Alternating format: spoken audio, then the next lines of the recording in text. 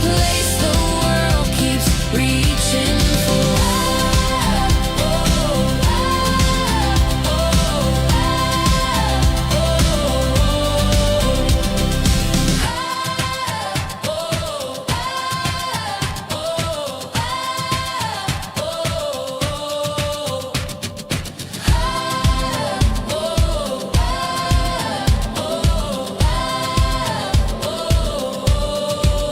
The grass is greener in America, where freedom sings, where hearts run wild. The grass is greener in America, a shining city, a dream compiled, the place the world keeps reaching for.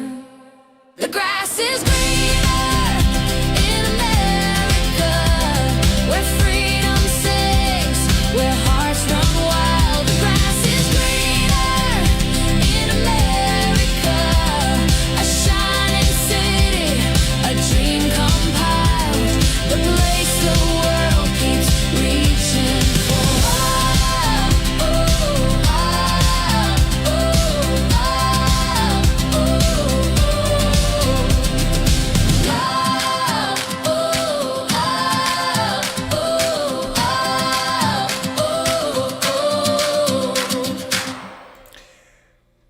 Well, indeed, folks, the grass is greener. Herzlich willkommen bei uns erster Stammtisch hier mit Lielie van de Plas und Chris. Welcome into the program, folks.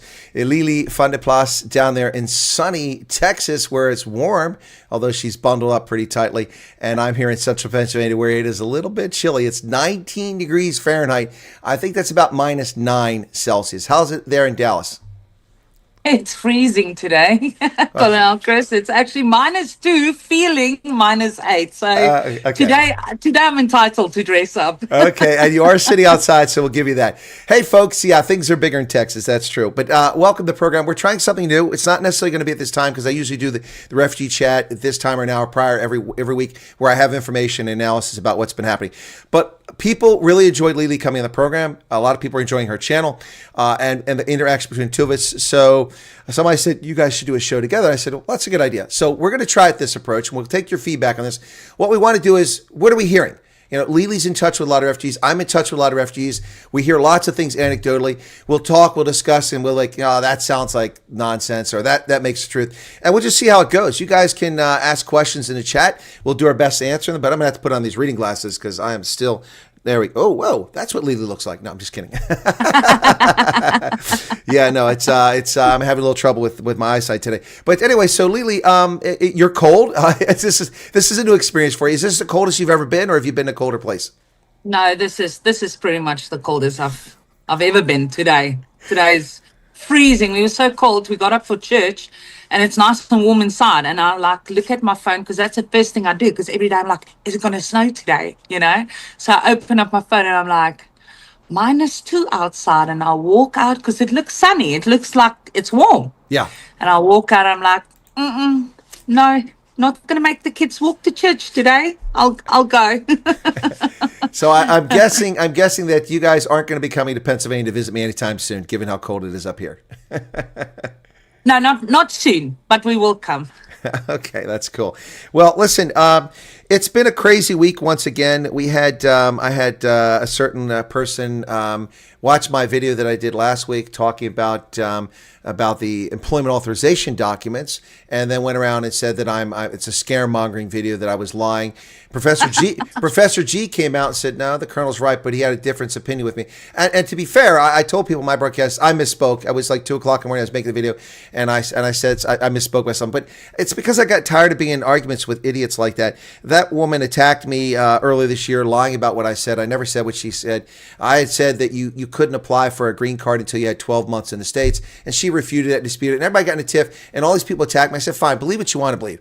You know, if you think you got to be here a few months to apply for it, but you have to be here 12 months, and then you apply for it. You don't get a green card at 12 months. That's when you apply for it. And that's what the law says. Professor G, who's an attorney, an immigration asylum attorney, confirmed that again. I mean, but I knew that because I read the law. I read the law before I ever commented on it, you know. So anyway, so I got attacked. So I misspoke there. I said, what was I talking? Something about that you can apply. I think I said you can apply before the year, but that I didn't mean to say that. I was tired when I said. So look, anyway. But the bottom line is that I was right in the beginning, and then we're back to that point. So the EAD, it is affecting South Africans because if you come over like you did, and what date did you arrive? We arrived 24th September. Okay. Do you have your EAD already? My son has, my oldest son, but I'm struggling. So I'm trying to get hold of them the whole entire week. I'm trying to get hold of them. When did he get his? Before the 5th of December? Yes. Okay, then he's good. His is good for 5 years. 5 years. Yeah. When you get yours, it's going to be 18 months. Oh, I hope not.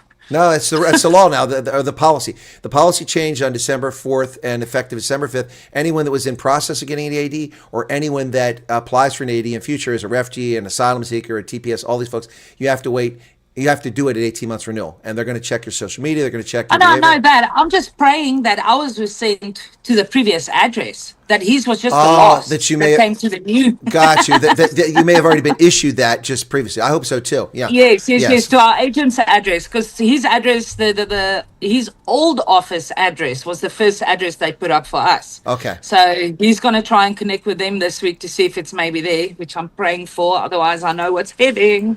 Yeah, well, it's going to be a bit of a burden too because, you don't know the answer on this, but Professor G addressed this. He thinks that, and I think he's correct, that when you go for the renewal, because the first one you don't have to pay for, that 5 years, but he's saying he thinks that when you go for the renewal, you're going to have to pay for it, and it's not cheap. You have to have a few $100s to pay for this thing.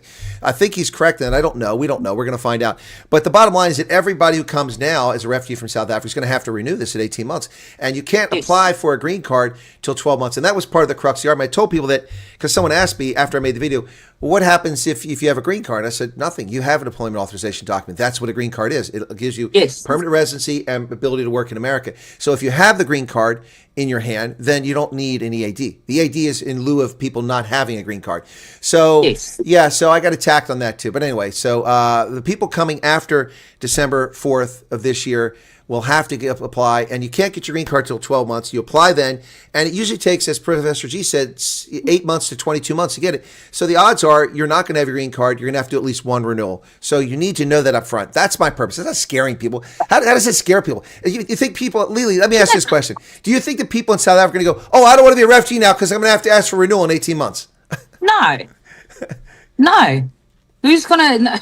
It makes no sense. It makes no sense. Yeah, I don't see how it's scaremongering. It's just trying to inform people that you need to be aware. Just like when I told people that SNAP benefits were ending, unfortunately for them, because the big beautiful bill, which on July 4th eliminated SNAP benefits for refugees, which kind of sucks. But it's not like you're going to starve. We have food banks and the refugee assistance programs help people with food.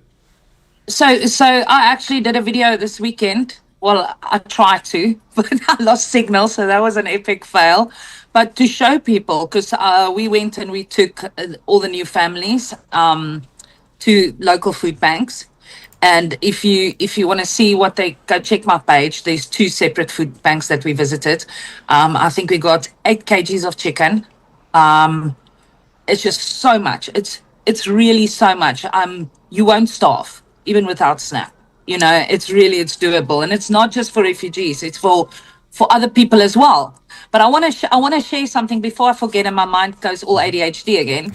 So the last time I went to the food bank, local food bank, we were talking Afrikaans, and I mean it's a language that sounds apparently very aggressive. So everyone looks at us if we get excited or anything, and all of a sudden there's an African woman, and she starts talking Afrikaans with us. Mm-hmm. And we started talking, and we didn't go into detail how we're here. And she started saying she had to get out of South Africa. Yeah. She said she's not raising her kids there. It's a black woman. Yes. Yeah. Yes. Yeah. She said she's taken her kids out of there. She can't raise her kids in a country like that. Well, there you go. But Lielie, I've been told by Crispin Peary from Durko, the spokesman, Vincent Magwani, the spokesman of the presidency, Ronald Lamola, Kumbudza Nchevene, Cyril Ramaphosa, Fikile Mabulula, Paul Mashtili, that it's all a myth. Trump is lying. Things are fine in South Africa. Nobody's in jeopardy. It's a safe place to be. No. And her words were, for her as a black person, it was becoming to an extent where she had to get her kids out. But she said, even for us, because she's aware of this, she's aware of that. So, yeah, no, I don't know how they can try and still think they're sugarcoating everything to the world, because everyone knows. Yeah. No, the reason I asked she's black because Gerhard Lone Wolf just said, "What the heck is an African woman? I'm a white African." Yeah, that's my point. So she's black. She's, you guys are Africans too. So anyway, but I mean, see, Lielie's been programmed now. She's programmed in ANC vernacular. She knows that when you say black, you say African. I've made the mistake once to say it here, so I won't do it again. That's okay. That's all right. And Lielie. also, I told my kids, if you have something to fill in, please don't fill in your African. Well, actually, you'll get advantage from that. We've got racist laws here that give people advantage if you're African American, and you can't be accused of fraud just because you don't have a dark tan doesn't mean you're not African American. Exactly, we are from Africa. Exactly. Yes. Anyway, so the EAD is a big deal. People need to know that, and I hope that yours was issued before that date, so you don't have to go through that because it's like anything, it's a rigmarole. Now it's not as bad as going to Home Affairs to get a passport or a birth certificate in South Africa, but it will be a challenge because it takes your time and it's something you have, and you can't miss the dates. You get busy working and things are going on. Maybe somebody's sick in the family, and then the date comes for your green card renewal. You forget about it. And then 3 months later you apply. Then you've definitely got to do it. So it's just something people need to be aware of. And again, have you ever watched my program and thought that I'm trying to scare people? Who, me? Yeah, have you ever watched you watch my program. Have I ever tried to scare anybody? No. Okay. No, not at all.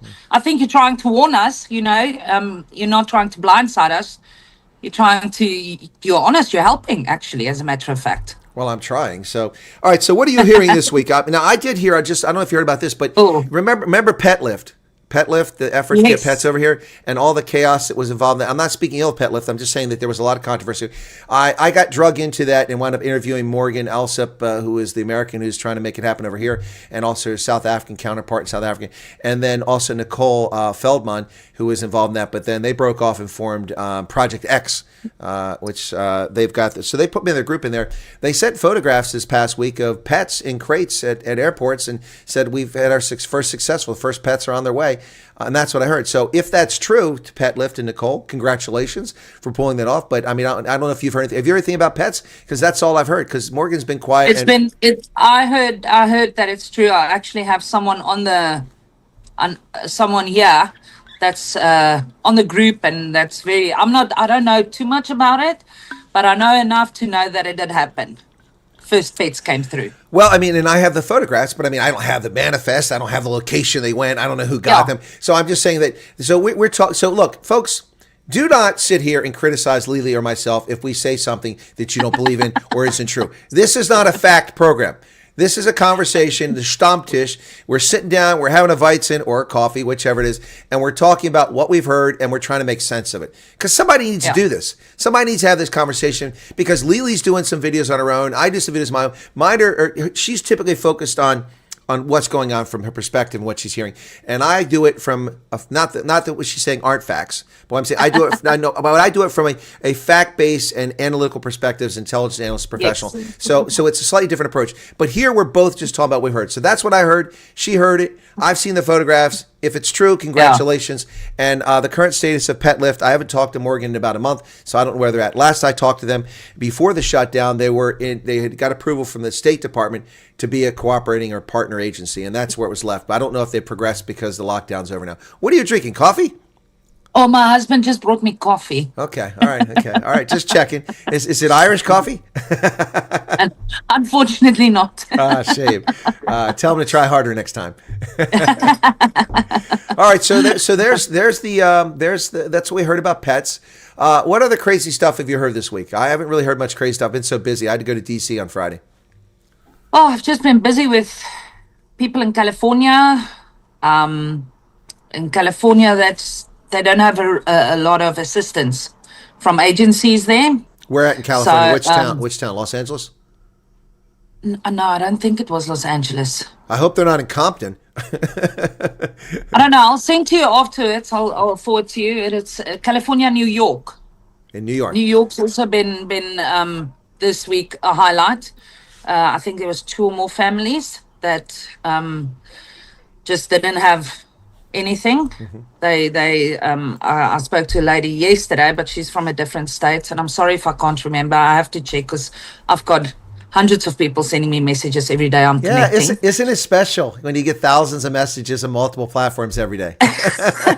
You know what? I was actually sitting in church today because sometimes it feels a lot, even though I don't do much. You know, someone sends me, I'm going here and here, and I connect them with this group of ladies who connects them with people in different states so that they're not alone when they get there. And then today I'm sitting in church, and it was just every time I go to church, it's for me, you know, because really. And today it was just, this week I always say, you know, believe, patience, you know, believe in God and just trust.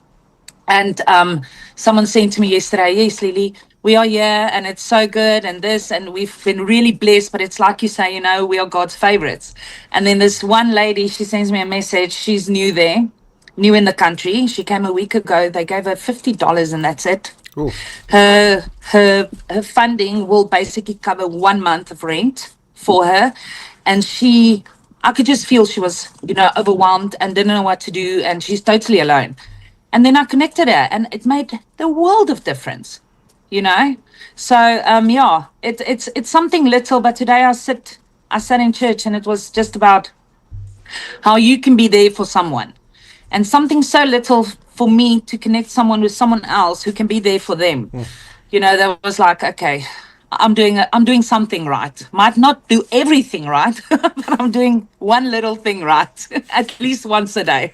No, I'm sure you're doing lots right. I'll express this now, and I haven't said this to you or any of these groups before, but I'm a little frustrated by these groups, these South African ladies and others helping South Africans. I've been there from the outset helping people, and I don't have these South African contacts in America, and so I've had to break my back to find ways to help people. I intervened for the people in Montana that went to a place they shouldn't have gone to. I intervened in Austin for people who were dumped in a hotel with $25 and nothing. I've intervened for people in Virginia and other places where the assistance hasn't been up to scratch. And it would be a lot easier if these folks would reach out to me as well, so that if I know there's people there like or nearby that could send food or something like that, or live in the same town that's willing to help South Africans, that network, if they would loop me in. I don't know why. I don't think it's intentional, at least I don't, but it would be very helpful if people would loop me into that network, because I spend an awful lot of my time helping people that could get them help faster if I knew these contacts. So, I mean, if you could put me in I can contact. hook you up. Okay, I'd appreciate that, because I mean, you can imagine my frustration. I spend hours helping people. There's a family in Oregon right now that's very uncomfortable where they're living, and I'm trying to resolve that for them. I haven't had much success yet in reaching the agent, but I've had great success in reaching agents before. And like I said, you know, I can do that when it's U.S. Thank you, Mad Max, for the super chat. He just sent something. Dogs arrive in Florida. Okay, that must be. Let me check. That must be on Facebook. Okay, I'm not on Facebook. That's the problem. I have an account, but I hate Facebook. So yeah, it's okay. Oh, you posted this on Facebook. Okay. Somebody's fur babies are safe in the new home in Florida. Well, that looks awesome. Oh, but that wasn't through Petlift though. Oh, okay. She brought him over by herself. Okay. Yeah. All right. Well, that's still pretty cool, though. Yeah, people love their pets. Anyway, no, but so with, like, for instance, the people in Austin, they had contacted me out of desperation and said, look, we're stuck in a hotel. We had money, but we had to pay $800 to get an interview to rent a place. I'm like, you don't pay for interviews to rent a place. Something's wrong there.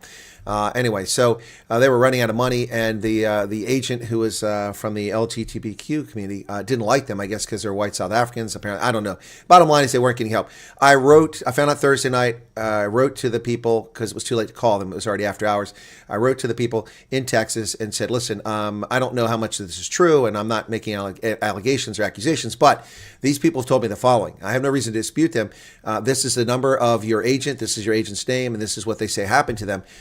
This is not a good look for U.S. refugee program. We pay these agencies almost $3 billion a year to help these people, and maybe it's just a mistake. Maybe they're confused, but could you look into this? And I treat it that way. I didn't hear back from them on Friday, but on Sunday I heard from the family. The director regionally for Texas, for Central Texas, came to the hotel where they were at, or the contemporary lodging, brought them baskets of food, $400 in cash, and gave them a new list and got them another agent to get them a house. And that's the last I heard from those people. And I don't expect to hear back from them. If they want to write back to me, that'd be great. It'd be nice to know. But my point is that I can do things like that. And also with that group, it was great because I went to their website, and one of their big donors for the private organization is USAA, which I'm a member of for 40 years. And that's the U.S. Military Insurance Company. So they don't want to hear from veterans friends that we want them to stop donating money to people who aren't helping people. So anyway, so my point is I can help in ways like that. But when it comes to the network of South Africans living in America, I only know a few South Africans living in America. I don't know all of them. And most of the ones I know are actually refugees. So most of them don't have the resources to help other refugees. But my point is, if you could loop me in, that'd be fantastic. All right. So Absolutely. all right. What else have you been hearing this week? So much. So No, much. well, we live in tents again. I heard. I've got a screenshot that there's in the media. We still live in tents. And then what I've felt this week, and this can just be me, Yep. from the amount of what I see in my messages, is that it feels to me like there's an entire new wave of people that's applied. Yes. Yes. Like insanely the amount of messages, and everyone wants to know, how do I do it? And I was like, go check the colonel's videos. I know he's got them, because I know I watched them. So I know there's a whole entire new wave of people that's applied. This is brand new people that's either did fill in the form this week or is in the process to go and fill in this form this week, So, that I felt like that was different, because normally I just see, I haven't heard back since March. And now I get mails like, we saw your page and we are considering doing this. This was not what we thought it was, because of the media that disinforms people or misinformed people.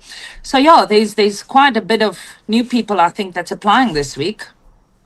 Yeah, I think you're right on that. Cornell Engels just gave a 70 Rand super chat. Thank you for that, Cornell.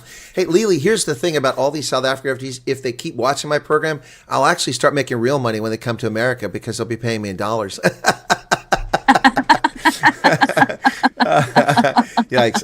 Well, Double D Deidre, my videos are on a refugee playlist. I've had a refugee playlist since the 10th or 12th of February. There are literally hundreds of videos up there. It's actually very scary that we will not be getting the help. As we said, it was very questionable how we're going to pay rent when this can't work or afford it. Please speak out about this. Well, Julie, is it Julie? I'm not sure. I think that's anyway, Julie, I'm going to say Julie the way it's spelled, but it's spelled in an unusual way. The deal is that you're supposed to be getting help with rent, and there's an amount of money allocated. But I can't speak authoritatively with the current allocation is, because the big beautiful will change things, and I'm not fully informed on that. But I do know we pay these organizations a lot of money to help you with the first couple months of rent. It's impossible and foolhardy to bring a refugee to the country who doesn't have a work authorization, doesn't have a social security number, and expect them to pay rent. They don't have anything. Usually they're coming from the Congo or from Somalia or Afghanistan, and they have nothing. They've left everything behind. Some South Africans have left everything behind, but some have been able, they have resources, can bring some money over. So we can't do that to people. I'm engaging with the U.S. government about this. I went to D.C. on Friday, and I'm doing my best to find out about this. But I saw someone a few minutes ago say that they were told to find their own place. No, it doesn't cost the refugee agencies any money to help you find a place other than their time and maybe petrol to drive around with you. But it's not like they're paying a fee. So they have an obligation to help you with that. And if that's not happening, I want to know. I want you to send me an email. Tell me your refugee assistance agency. If you've got the number of the agent who's supposed to help you, their contact information, and I will inquire into it. These people don't want journalists looking into what they're not doing. So if they're not doing it, now I won't attack any agency. I never mentioned the agency by name in Austin, Texas, because they responded. They were very professional, and I did get a follow-up email from them on the Monday telling me what they did for the family. And I never got another complaint from the family. But if you have not gotten the assistance you're supposed to get, I was told by someone the other day that, I don't know, it wasn't Fonz, someone that said that, I think they sent me an email, they said, yeah, they're telling me that I've been here since September, but they're only going to take me for a Social Security application in January. No. That's unacceptable. Somebody's not doing their job. What have they been doing in September, October? They don't work for the government. They're still getting paid. There's a contract that's multi-year. It's like RSC. They're still getting paid on a multi-year contract. I had to work in October when the government was on furlough because I was a contractor and the contract had an obligation. I had to work for a week with no government employees around. I had to figure it out on my own. It's not hard. I knew what I was doing. But I had worked, by the way, but because it was during shutdown, they never paid my invoice. I just got paid this week for work in October. But the point is that these people weren't working for the government, so there's no excuse for them not to fulfill their contractual obligations that we pay them for in September, October, November. The government reopens. Absolutely. And waiting till January is unacceptable. And if that's No, happened to it you, is. you tell me about it, and I will check into it. Yeah, I think I might follow up on those on New York and California today. I know that because I explained to them, go to churches, you know, if you need warm clothes, go check at a church, at a local food bank, because food banks also gives clothes. And I know that one of the couples went to a church, and the church actually emailed this organization.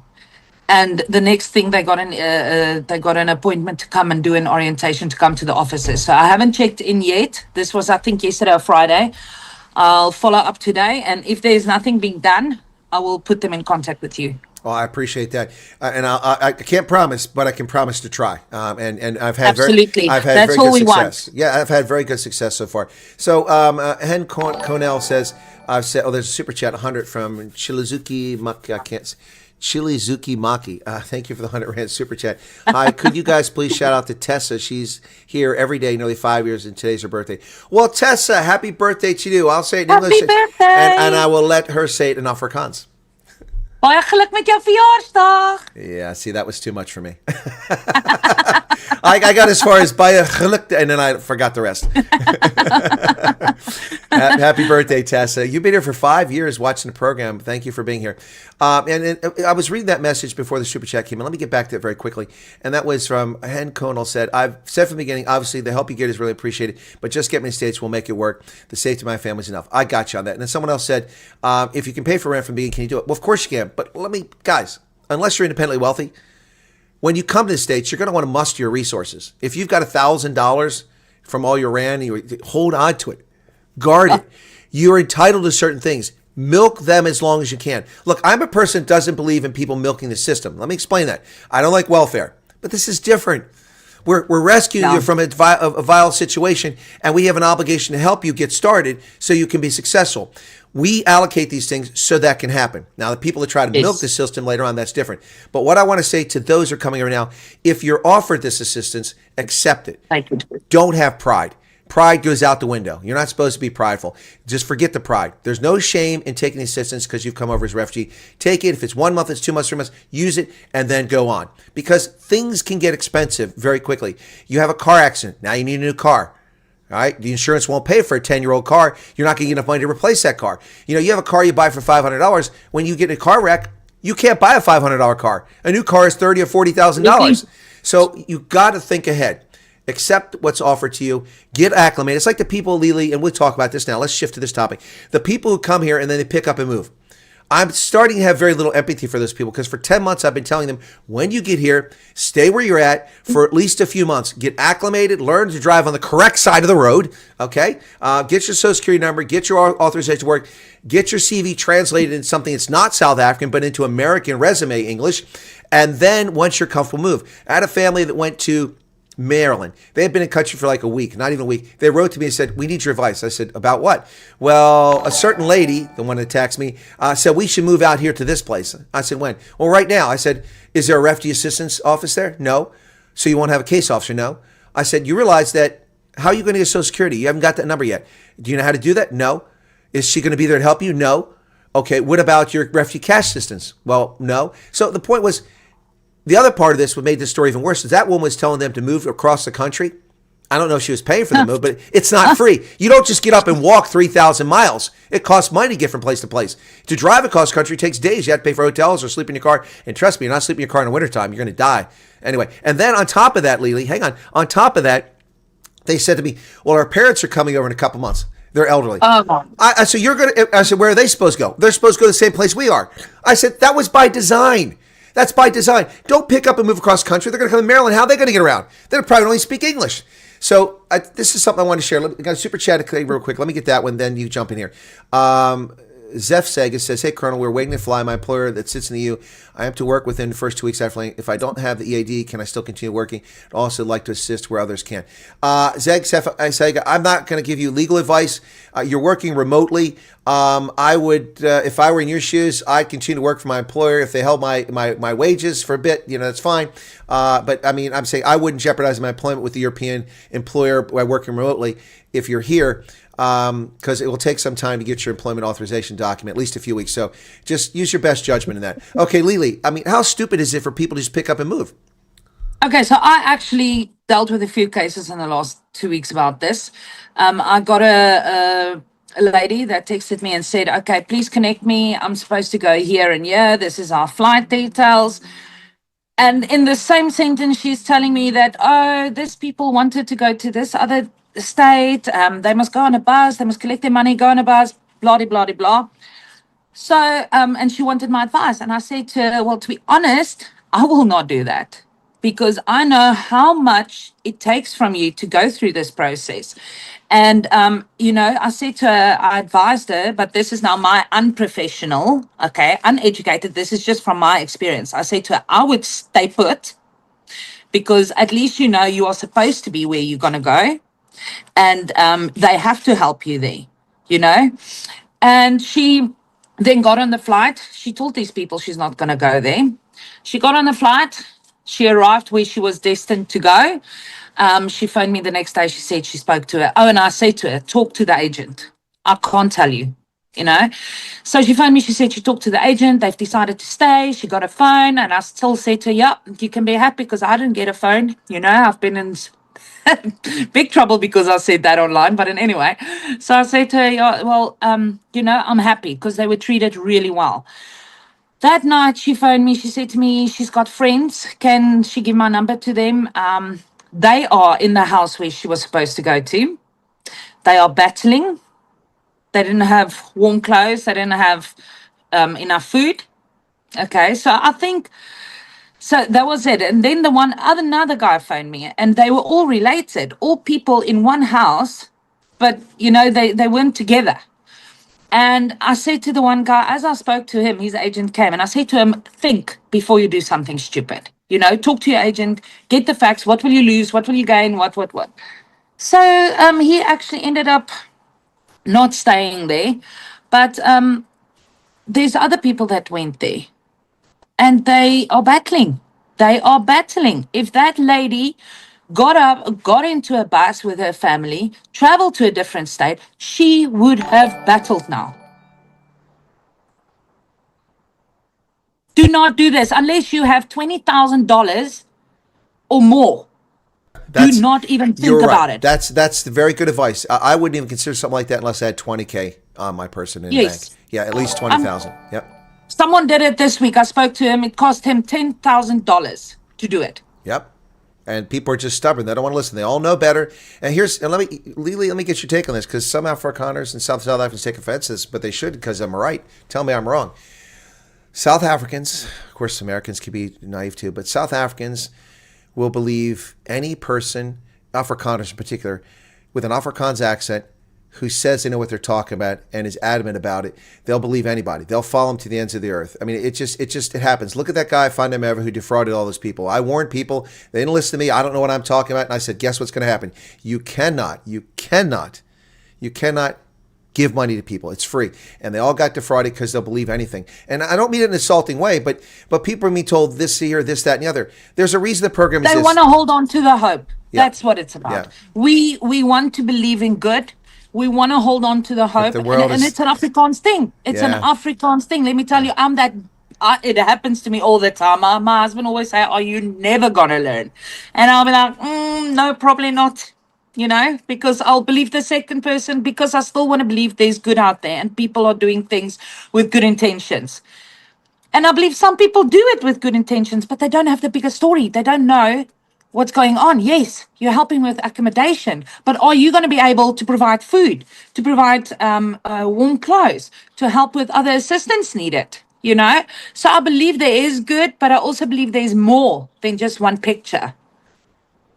Yeah, no, absolutely. But the problem is that people they just do what they want to do. It's crazy. I mean, sorry, I'm trying to answer messages. I can't type on this screen. I have to look over there. So so I don't bring all the comments in.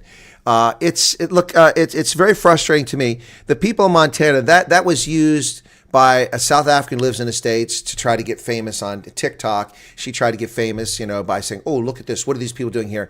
And we came here and we did this and we did that. We had to pay all this money. Well, you came out of different circumstances. You've been here for 15 years, lady. Yes. So that's not the same thing. You can't equate your experience just because you're South African doesn't mean you're having the same experience as these people, and it doesn't make your experience Absolutely. better or worse or more just or unjust. But the people went up to Montana. They weren't supposed to go there. They chose to go there. And then when they were offered help, they refused to move. And I know this for a fact because I've spoken to them. One of the 59ers I got in touch with, who knows who they were, put me in touch with them because I wanted to find out what's happening, because this lady was putting all these videos out there. And I found out that they chose to go there. They were offered accommodation in Wyoming, about 4 hours away, by South Africans who had a guest house and said, "Here, you can have the house for 6 months, rent free. 6 months rent free. Absolutely. And we've got a bucky you can borrow to get around." And they refused to relocate because they were uninformed about entitlements and benefits. That's important. An entitlement is what by law you're supposed to get, which until recently was refugee cash assistance. You're supposed to get by law the Medicaid or Medicaid. You're supposed to get all these other things. That's by law, entitlement.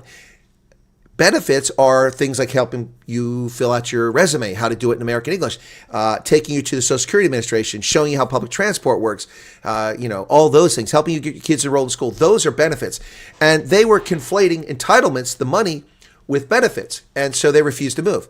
And so they were in and they were in a desperate situation, but it was largely of their own making. And I'm not picking on them, but from my point of view, it was from ignorance. They just didn't know better. And they were getting bad advice.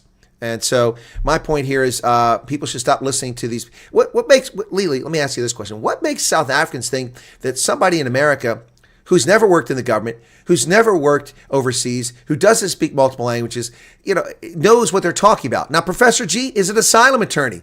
By default, Yes. I'm going to trust he knows what he's talking about. But someone just Absolutely. on Facebook making crap up, telling us stuff, and it's proven wrong. It just drives me nuts. Anyway, that's my take on that. We are naive. We can be a very naive nation. And I say that with a lot of love, because it comes from love, because we want to see love and we want to believe there's good out there. So I think that's what it's about. But something interesting as well that I want to bring on quickly about this moving from one state to another. Yep. So I've been in contact with this family that's done that, exactly that. It cost him $10,000. And they met up, they saw another agent in the new state where they are with an agency right now, but they were told that they are secondhand refugees now. And they also, according to because he's very wealthy, to his bank accounts and stuff, they don't qualify for a lot of things, Medicaid, all that kind of things. Because they have enough resources. Yes. Well, surprise, surprise. But so here's perfect timing from Mad Max with a 35 Rand super chat. He says, "Chris, I don't understand, as this was all explained in the cultural orientation, everything. So they must have known." I don't know if that was the case for the 59ers and the people I was talking about were the 59ers. It may not have been as explained as well. I can't state that, and I haven't talked to any of them recently. Thea's got some life changes going on. She's supposed to come on the program, but I haven't talked to her, and so I don't know. But we do know that the briefing's been going on since probably August for certain people. You went to a briefing. I don't know what time, but did you get told about this or no?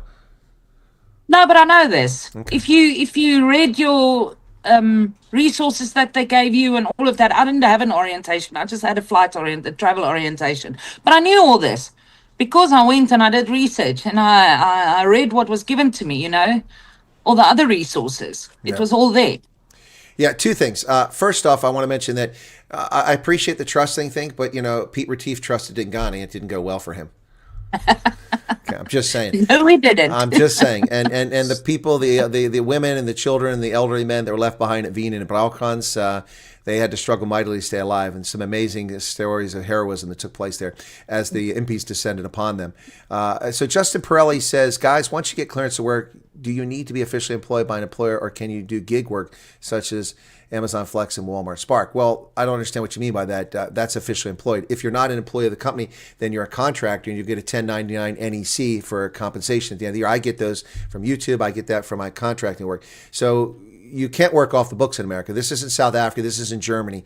If you're working, you better be paying income taxes. You better be having withholding tax. You better have Social Security taken out of your pay, or you are going to be in trouble. That's what we're trying to stop. We're trying to stop all these people from Latin America Absolutely. pouring across the border, depressing wages and depriving the government of tax revenue. So I'm not sure I understand your question, Justin, but if you get a job, you're going to have to fill out a W-4, which is a form with your information about who you are once you're out their authorization, and then they're going to take taxes out of your salary automatically. That's all handled, if that makes sense. Yes. Okay. Yeah.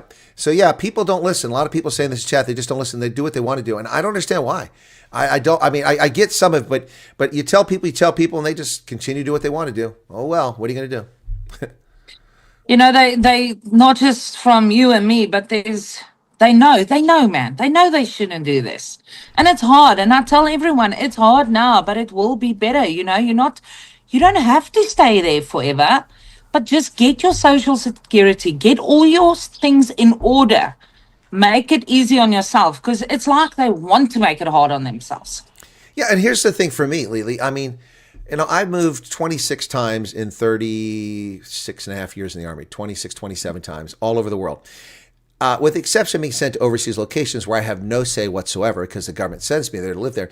But when I went to the States, I never went to a town or moved to another state without having been there and knowing what the heck I was getting into. Why in the world would you, on the advice of some woman you don't know on Facebook or some guy on Facebook you don't know, move from Maryland to Nebraska?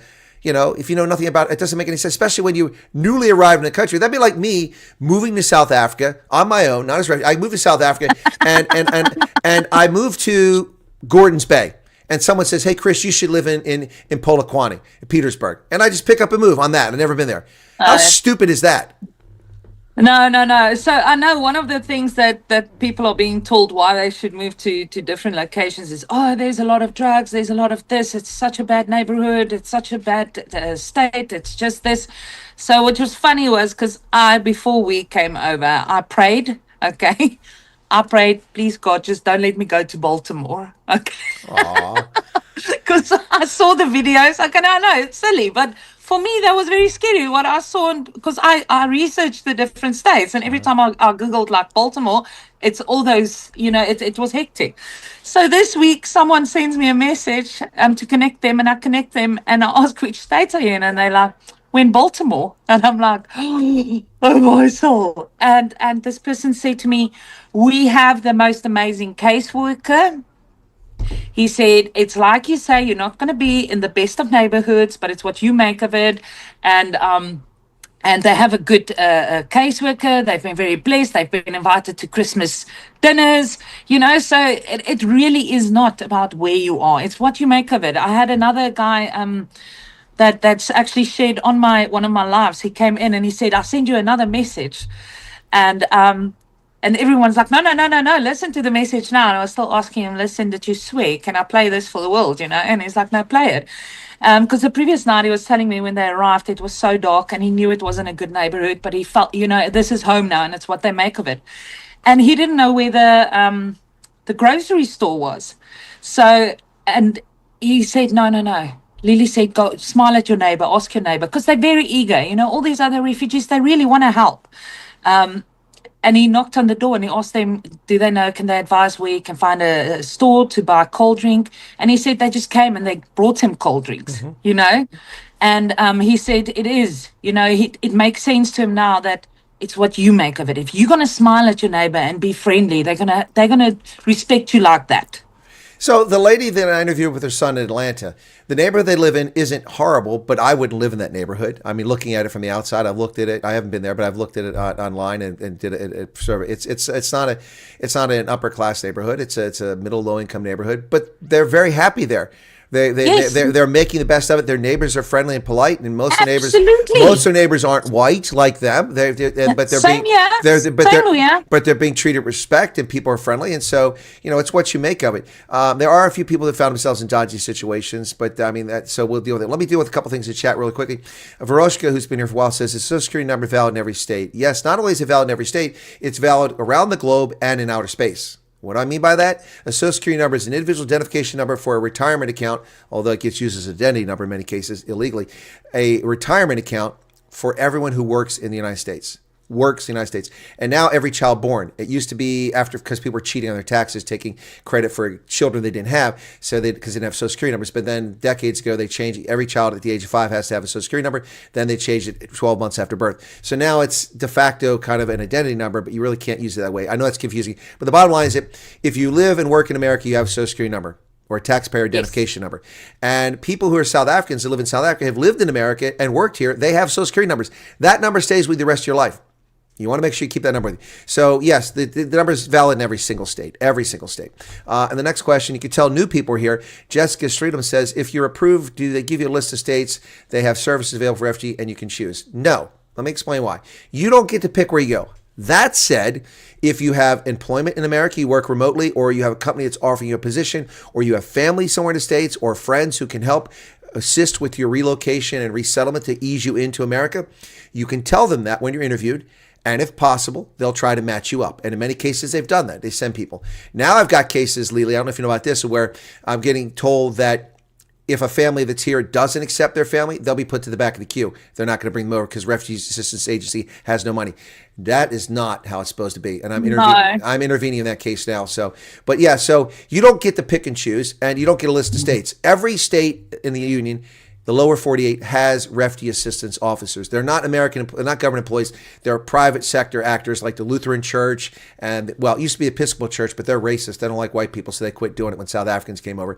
But these are all organizations that do this. The ones in Twin Falls, Idaho, I went up there, saw Willem and Cara. Fantastic. They were wonderful, wonderful people. I got to walk through the Refugee Assistance Center. They showed me all the rooms. I saw all the pictures kids drew on the wall, and kids from Egypt and from the Congo and Afghanistan, all over the world, and now South Africans. Anyway, so you don't get to pick and choose, but you can ask. You can always ask and say, and if they can accommodate you. Yeah, if they can accommodate you, they'll try to do it. But right now, based on the information for the 59ers and all the South Africans came over before 30 September, and then the 122 came over in November after the program restarted, those 400 and some people, almost 500, those people are in 22 states. In the lower 48. Nobody's gone to Alaska. No one's going to go to Hawaii. It's too expensive. They're not going to. No, there is someone in Alaska. We've got someone in Alaska. But they weren't there before the end of the fiscal year. They're there now. Yes. Yeah. That's what I said. Okay. Sorry. No, it's okay. No, they weren't there. They can put someone in Alaska, but that's also a pricey place. But it's a great place to be, Alaska. And anyway, but they're not going to put them in Hawaii. They normally put them everywhere except Hawaii. But through the fiscal year, they were in 22 different states, and now they'll be to more states. And this program, I need to let people know, also has a lot to do with the fact that the program was not funded. This program didn't exist in the previous year's budget for South Africans. We had Congolese, we had Afghans, we had Myanmar, all projected, all budgeted for helping these people come over. And then Trump suspended this funding for the program for 90 days. Then the 90 days were up, and he let the funding kick back on. But the State Department is robbing Peter to pay Paul to pay for the services to process people to get them over here and to get them in. And so initially people only went to a few states because the State Department of Homeland Security said, listen, we don't have enough money to bring these people over. We got to bring them over. So they turned to North Carolina. They turned to, Virginia, Texas for sure, and said, Can you help pay part of the cost? And these states initially, for the first groups of people, kicked in some of the funding that helped the transition. I don't think they're doing that anymore. So we'll see how it goes forward. But eventually there'll be refugees in all of the lower 48. They'll be everywhere. We got people, this past week I got people that arrived in Maine, they informed me, people in Connecticut, in Rochester, New York, in Texas, in California, in Florida, in North Carolina, all those, in Iowa, forgot about that, all those states. Rochester, New York is a big problem. I don't know it's a problem. I know there's someone there, but they haven't told me they have a problem yet. So we'll speak later. But okay. I've got a question for you, Colonel Chris, because I've got a few people that reached out regarding this, and I don't know. Okay, so I don't want to give answers, but I did send a message. Yes, I'm going to talk to you, and I'm going to ask you. Maybe you can advise. So a few people that's actually already in the States that had family members, and this is more than one person in different states, that have family members that's applied even before them in South Africa, that's gone through everything. Their status have not changed, but they have criminal records. Will this affect them? Is there a reason why they are still not hearing anything? Sure. There's a number of reasons why. Incompetence, number one. A poorly managed program, number two. We've got people who didn't even apply until after the intake questionnaire came out, and they're already in America, a couple of them, shockingly, that quickly. That was November 4th. A couple of them have arrived this past week, at least if they're telling me the truth. I have no reason to doubt them. We also have people that put a PRM email in, then did the statement of interest in May, then did the intake, and they still haven't heard back. If you have a criminal record, it does affect things. It has to be a thorough background check, something I've covered many, many times. So but criminal record is not a criminal record. Let me explain what I mean by that. So I know someone that was convicted of, well, not convicted of treason, but accused of treason, and took a plea bargain in South Africa for another act, something that was less serious. But they went to prison for it for 5 years. And they said, will that keep me from going to America? I said, not necessarily. And the guy was surprised when I was at Centurion meet and greet, and I was telling the truth. Because look, let me explain. So the reason I have insight into this, whereas some of these Ferreiras who are misleading South Africans don't have insight, is because I was a counterintelligence agent, and I deal with security clearances, and we have people who adjudicate your case, and I've worked with adjudicators. They decide whether what you've done or you've been accused of is egregious enough that it should prevent you from having a security clearance, or if there's a pattern of this sort of thing. So if you've committed a crime, like say you got busted at 16 for smoking weed in South Africa and you got a criminal record for that, they charge you, fined you, something like that. That won't necessarily keep you coming to America. But because you have a criminal record, it's going to have to be thoroughly researched. Now, have you dealt with SAPs? Are they competent? Do they respond in a timely fashion? Okay, so keep in mind that your inability to come to America might be a consequence of your failed governance in South Africa at this point, because the American government is expecting to be able to get these reports. And if they can't get correct information, they've got to go out and talk to people. And if it was 30 years ago, it was a serious crime, who's going to remember that Lielie 30 years ago hit somebody with an axe in the Free State, But they're going to have to investigate it. So yes, unless you've received a denial letter, you haven't been denied. Now, so oops, hang on, froze up there. The incompetence portion, I'm now freezing up on my end. Am I losing all my internet? What's going on here? So the incompetence portion of this, from my standpoint, is that because of the way the program was rolled out, and they tried the proof of concept, which is the 59ers, and they were not transparent with people, because they could be much more forthcoming with how the program is working. Because they're not, it creates this whole conspiracy, this whole amount of distrust and angst in people, understandably so. So they've also got people doing stupid things. We know this. We got RSC scheduling people for interviews in Pretoria today and a day later in Cape Town for the medicals. What the hell is that? Okay, pull out a map. Read a map, okay? Look at a globe. And we've got Americans who just coming back to the States now on their vacation, have been over there for 3 months processing these people from USCIS who don't know South Africa. All they know is a hotel they go to, probably the McDonald's, maybe a local restaurant, and back to the embassy. That's all they know. And I'm not picking on them, but that's what they know because they're not living in South Africa. They don't know South Africa. So they schedule things for people. Okay, well, come for this interview. Just come back tomorrow. I live in East London. It's a 17-hour drive, and it's dangerous. Potholes, criminals. I can't come back here tomorrow. I'm going to have to stay. So that's incompetence, misunderstanding, maladministration of program. Then you got the criminal record could be a slowdown. But unless you've received a denial letter, which they're required by law to give you, if they're going to deny you refugee status, they have to tell you you've been denied. If you've never received a denial letter, you're still in the process. Now, having said that, there are several people, and I say several, we're talking at least a dozen or more, who were in the boat who had tickets from about 26th of September until the 10th or 12th of October, roughly those dates, and didn't go over. Many of those people still haven't been talked to. They don't know what's going on. They're frustrated, and rightly so. In my view, if I ran the program, that's the first people that came over when we started together. Yeah. But Me too. But it didn't work that way. But some have come over. So people saying it's not happening are wrong. There are people who are in that boat who've come over. A couple of my friends who fell into that boat actually came over. Not just refugees, but people actually know. So that's that. And then the people that are saying, I sent the PRM email in, I did the statement of interest, I've never heard anything. Or they processed my case and it's hung up. Like Anna Kruger said something earlier. Your cases are still being worked, folks. For whatever reason, they're in a queue. And maybe they're in a queue because of other events. Maybe different people got assigned. Maybe somebody got sick. Maybe somebody made a mistake. But unless you get a denial letter, you're not refused. Okay? So, and to my knowledge, the only people who haven't been processed, that will not be processed, is the Van der Merwe clown and his buddy who took a selfie with me at Centurion. And one of the reasons they're not being processed is because they took a selfie with me at Centurion. And then they tried to tell people that I endorsed their scam.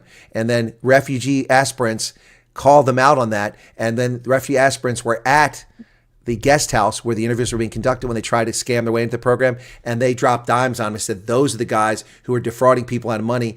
And they're the ones that lied about Colonel Wyatt. And guess what? The FBI was there. The FBI was informed. They were kicked out. They're not coming to America. Well done. And then another thing I want to say is people should not lie. Yeah. They should be honest about, and this is blowing my mind how people will think if your wife is pregnant, you will not be allowed into the program. People are lying about being pregnant. Well, that's just stupid because that affects when you can come over and how you can come over. You can't come over in your Exactly. ninth month. Yeah, And, no. and safe for the baby. When is it safe for the baby to travel? Right. Well, here's my first point. If you lie to us, I don't want you in this country. You have no business Absolutely, in my I country. agree. If we offer you a hand of friendship and give you assistance, come to this country and escape a place where you feel you're under persecution, and you're going to lie to us, then foot sec. You know, my fuck Marlies. My fuck Marlies. Seriously. You're going to lie to come over here? You're not welcome. Piss off. I mean, No, it blows my mind. I can't believe people how they think. What have I Some people said? can't think. What have I said from the very beginning? You must be truthful and forthright. You must not have acts of omission. If you don't tell them you were arrested when you were 18 years old, then it will be a problem. And that might be the case for some of these people who have a criminal record. Maybe they weren't fully forthcoming information, and maybe the investigating for, whoa, this is a lot more serious than we were led to believe. We interviewed this person and said, oh, it's no big deal. You know, I paid a bribe. I had no choice. But, you know, and then you find out it was much more serious than that. This is a problem, folks. You must tell the truth and nothing but the truth. And first off, let me ask you this question. Not you, Lielie, but not in the audience. Where do you get all think you can welcome my country if you lie to come in here? We're kicking 30 million criminals out of the country. By doing that, you're committing a crime. It's perjury. Yes. Good. They shouldn't be allowed in. Yep. I don't want to be associated with people like that. And I know my fellow Afrikaners who follows my page won't do and follows your page. No, I don't know. But it's also uneducated people that listen to other people and being told and just don't be true, but don't bend the truth. Don't even bend the truth. Just don't lie. Right. And by bending the truth, it's an act of omission. You leave things out. Yes. You know, and somebody said they do a pregnancy test during the medicals. Well, yeah, but mine came up negative. And another lady said, oh no, they told her it was a false positive. Yeah, I don't know what planet those. You know, the rabbit died. No, we haven't done rabbits for a long time. The tests are highly reliable. Yeah, something that bugs me a lot is that some get approval letter and said in the email, be ready for 2 to 4 weeks, but then it takes longer. All right, let me explain, Shane, why that happens, and then Lielie, you can tell me if this affected you in a way. Okay, so if you get something that says be ready to move in 2 to 4 weeks, that doesn't mean you're leaving in 2 to 4 weeks. It doesn't. What it means is that you're not going to be contacted before 14 days. You've got at least 14 days to prepare and start disposing or unwinding your things. What it means is that be prepared. It's not a guarantee you're leaving 2 to 4 weeks because they have thousands of people. It can be any time in that, and it can be any time after that. So if you get that and it's 4 weeks past, you aren't gone anywhere, stop panicking. Okay, stop panicking. They'll get to you. I tell you I appreciate where people are coming from, but the impatience. And now we've got people in a WhatsApp group, one of the WhatsApp groups that one of my moderators set up to share information. And this lady apparently found God, and God told her that she should not leave South Africa. She should stay here. Well, great. Good for you, sweetheart. Stay in South Africa. But she's disparaging the program and lying about it and trying to dissuade people in a WhatsApp group that's meant for FDs. You can foot sex, sweetheart. Get out of the group. You have no business being in there if you don't want to be part of it. Again, I'm not encouraging anybody to leave, but that's not the purpose of the group. You know, I don't join a woman's post-menstrual group because I don't have post-menstrual syndrome. You know, I don't have that. I don't have that. So I don't join a group for that care. You know, I don't join a group for crazy lunatics from Polokwane because I'm not a crazy lunatic from Polokwane. So if you're not a person that's involved in it, if you're not going to be a refugee, then get out of the group. You're a Faraya. You're a Faraya. Foot sec. No, well, there's a lady that posted on some group. I got a few screenshots. And she was telling people, no, they even stole Lily's son's bike. Yes, because Lielie left the bike on the balcony outside in an unsecured neighborhood, in an unsecured complex, you know. But do I feel more safe here? Yes. Oh, God, so yes. if you wanted to come to America to prevent the bike from being stolen, you're coming for the wrong reasons. Yeah. But if you want to come to prevent from being killed because you're white, you're coming for the right reasons. Well, one of many. But if my reason for my son's bike that's being stolen is the only reason you want to stay, then you shouldn't be here in the first place. Yeah, exactly. Any update on pricing holidays? What do you mean by an update, Well Spirit? I've told you that people still be screened over the holidays. I have no information about RSC or Amerikaners. Obviously, they're not going to work on Christmas Day or New Year's. I wouldn't expect that because both the Amerikaners and the Kenyans are Christians by and large. I'm sure they get those days off, but they're under contract. They have a service to deliver. If they don't deliver service, they don't get paid. So they're going to keep working. Yes. And it's nothing to do with government shutdown. Now, we have contracts are year to year, but not for services like this. And like the one I do for the War College is a multi-year contract. So until the contract runs out, I keep working, whether the government's there or not, which made it for a much more pleasant parking situation when I went to the War College in October because the parking lot was empty. I didn't have to worry about it. But someone else says, Jean Groba is saying, so I should get my passports. Okay, Jean, I'm not picking on you. But if you now, 10 months after this program's been announced, and I cover this 2 hours after Trump announced it on the 7th of February, and I spoke for 3 hours and 48 minutes before I ended my broadcast to go on to Gareth Cliff's show to tell people on his show about it, then came back in 2 hours. If since February 7th, you're just now thinking you need a passport, you are 10 months behind the curve. You need to get to Home Affairs office and get yourself a passport for everyone in your family and make it happen quick. And if you're one of these people, not to pick on you, Jean, if you're one of these people, I haven't got any more passport, the empathy factor for that is about this high right now. Make a plan. Make a plan. Boer maak 'n plan. Boer maak 'n plan. Boer maak 'n plan. Yeah, exactly. Get to it. Anyway, and Justin Pirelli says, I'm sure 95% of us will go to red states. You're going to be heartbroken then, my friend. New York is not a red state. California is not a red state. Virginia is not a red state. People go where they send them. They have the resources, and we have the absorptive capacity to absorb refugees. So anyway, there you go. What else? Where do we sign up for the post? I know no idea what you're talking about there, Bitcoin. What post? Here's another super chat from West House. I thought that said Westinghouse. Hello, Chris. Hello, Colonel and Lielie. My wife and I went for a pre-screening on the 21st of November. We got 3 invitations after that to attend pre-screening again, so we don't know where to go. Yeah, West House, I'm with you. This is part of the cock-up where a poorly run program. We've got different people doing different things and doing repetitive things. I know people who receive the message of an appointment on a date in Joburg to go here on this date, and then next day, they got a message telling them to go here, then another message telling them to go here, and it's all confusing. And I really can't offer any advice there because you have no way to communicate with these people. People keep writing to RSC and filling up their mailbox. They probably don't even read most of these things because 100,000 people send them emails every day is not something they can handle. They got to focus on cases. So I empathize with you, but I don't have an answer on it. Have you heard stuff like that, Lielie? It happened to us. Okay, So there you go. we had to work for it. Because we drove from PE to Gauteng for one. They only said one interview. We went for one interview.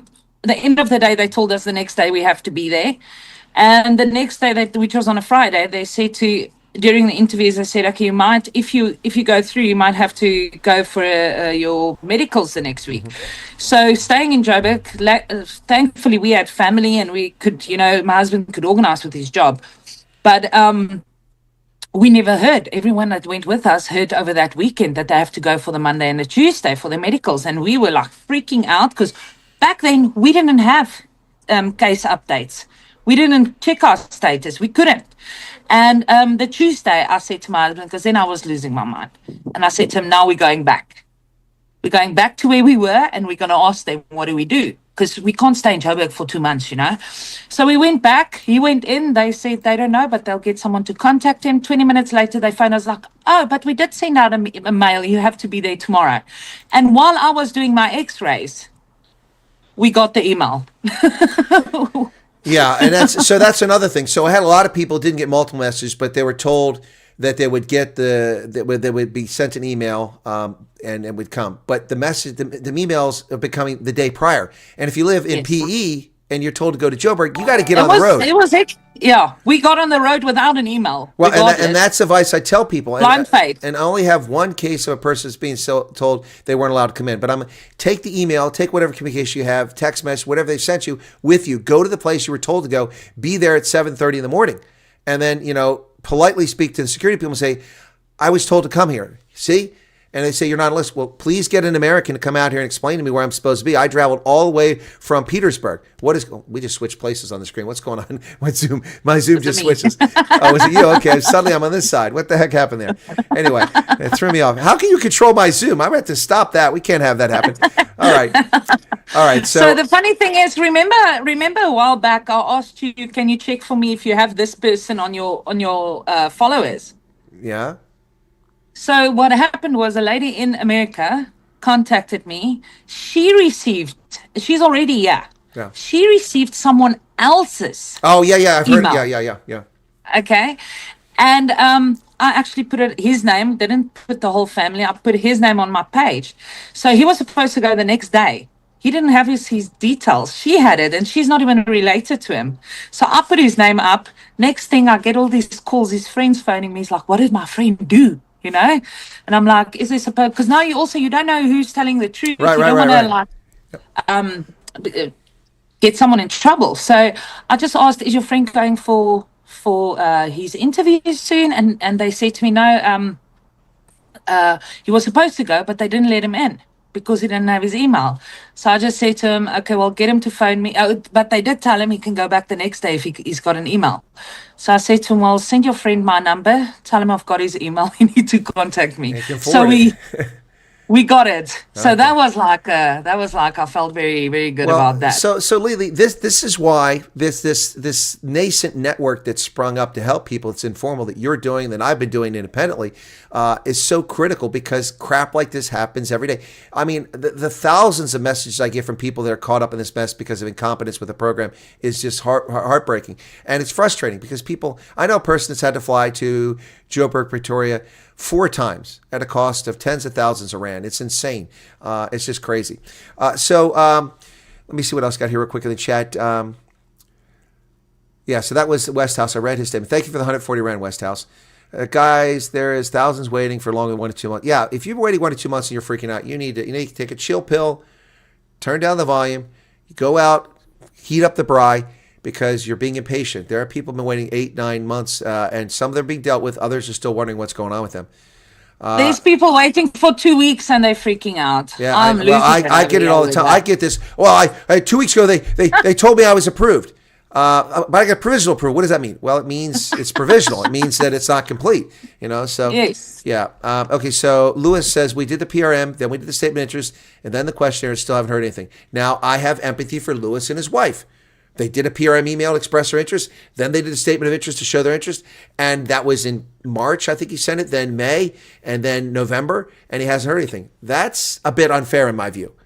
I mean, that's like, I agree. That's like dealing with home affairs. With that. That's like going to home affairs. Or waiting for electricity from ESCOM. No, no. That's not fair. But I saw what I found in the last 2 weeks is people that flights got cancelled. Mm-hmm. They've been getting more ahead with new flight details. And there were a lot of them were freaking out. Now that's a group of people I accept them freaking out, because let's put ourselves in their shoes. Yeah, no. You got a house, you got a car, you're told you're flying on September 26th.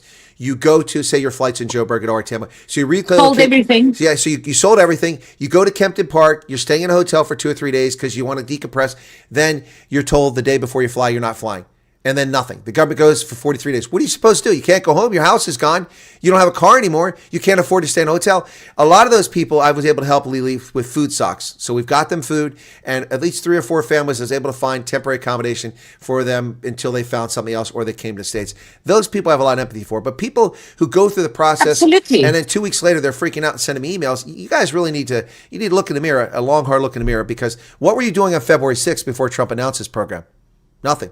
You weren't doing anything. You weren't going to Ireland. You weren't going to Australia. You weren't going to the UK. You weren't going to Canada. You weren't going to Japan. And you weren't coming here. But now you have a path. And so just, Yeah, and I feel so sorry for those people, because it's not only them not having something. They already, the emotional side of it, as from a woman's side, I can say, imagining saying goodbye to all my family and friends and what goes with that. And then like, okay, we're not going anymore, and you have to do it all over again. I think that's so hard. Especially, and what if you're in a situation where you haven't told any of your family because you got a bunch of ferrayas? Exactly. And then you disappear, and then you come back, and people don't understand what's going on. But it's like evasion of the body snatchers. People are disappearing from South Africa every day, and nobody even knows about it. I talk to people like my neighbors down the street. They left. The guys across the street left. The guys down the block. They're all gone. They're not here anymore. Where are they at? Well, we know where they're at. They're in America. So a couple more things here. We did appear. Okay, I already read that one. There was a question here. What happens after the pre-screening interview? Well, after pre-screening by RSC or Americanas, then you get interviews set up and you get interviewed. You do medicals. That's how it works. How can you still ask about passports? What do you mean ask about passports, Fabian? The U.S. government doesn't do passports. That's South Africa. You have to go to Home Affairs. Please share Lily's email address with us. Hey, how about mine? Oh, mine too. Okay. The mods can do that. Put both email addresses in there. Okay. Put both of them in there. Why does USCIS at the interviews seeing the unfortunate issues with logistics and emails has not helped CWS to fix things? Because USCIS is not the only actor in the program. Homeland Security is part of it. And USCIS belongs to State Department. And that's one department, one Bureau of State Department. Folks, this is a multifaceted, multi-agency, complicated clusterfuck, okay? That's what it is.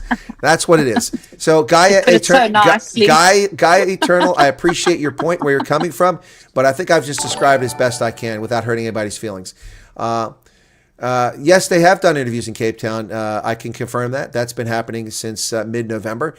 And there are medicals being done in Cape Town. I've been told by refugees that they are going to get PE and Durban, but we have no confirmation of a single person going to any of those places. So as of right now, it's Joburg, Pretoria, and Cape Town for the moment. But don't get excited if you live in Gordons Bay and they told you to go to Cape Town, because you might go to Cape Town for your interview, but then they tell you to go to Joburg for the medicals. So don't get too excited. That's what happened to us. We had to go to Joburg for our interviews and medicals, and then we were ready to, because we knew when we were going to fly. But like right before we flew, we heard we're flying from Cape Town. And we had made plans to go to Joburg first. So it's expect the unexpected. I didn't see Loretta's, she pointed out, can I get her super chat? Sorry, I didn't see that here. She said, anyone that had to do the 3-day sputum test, does it really take 8 weeks to get results, or is that just estimated? It does take 8 weeks, yeah. They have to grow cultures. It takes time. So, yeah, I didn't know it took 8 weeks, but I know it takes time. So that's not made up, Loretta. That's a fact. And my grandmother is going through the same thing at the moment. She had to go for a test, and it will take 8 weeks. All right, and I've got a couple more super chats I've got to address here. Where'd it go? Oh, there's Loretta. I just found it. Okay, so sorry it took that long to get to it, Loretta. It skipped past when the thing jumped. I'm still having internet issues. I'm shocked that we're still connected here. We had an email for one date, medical call, said another date, ended up phoning medical center asking that. There you go. That's a smart move. If you're told for medicals, well, the medical place will have the schedule who's supposed to come. So if you know who it is, pick up the phone in South Africa, call them. Hey, my name is so-and-so. Do you have me scheduled for this date, or is it this date? And then you'll know.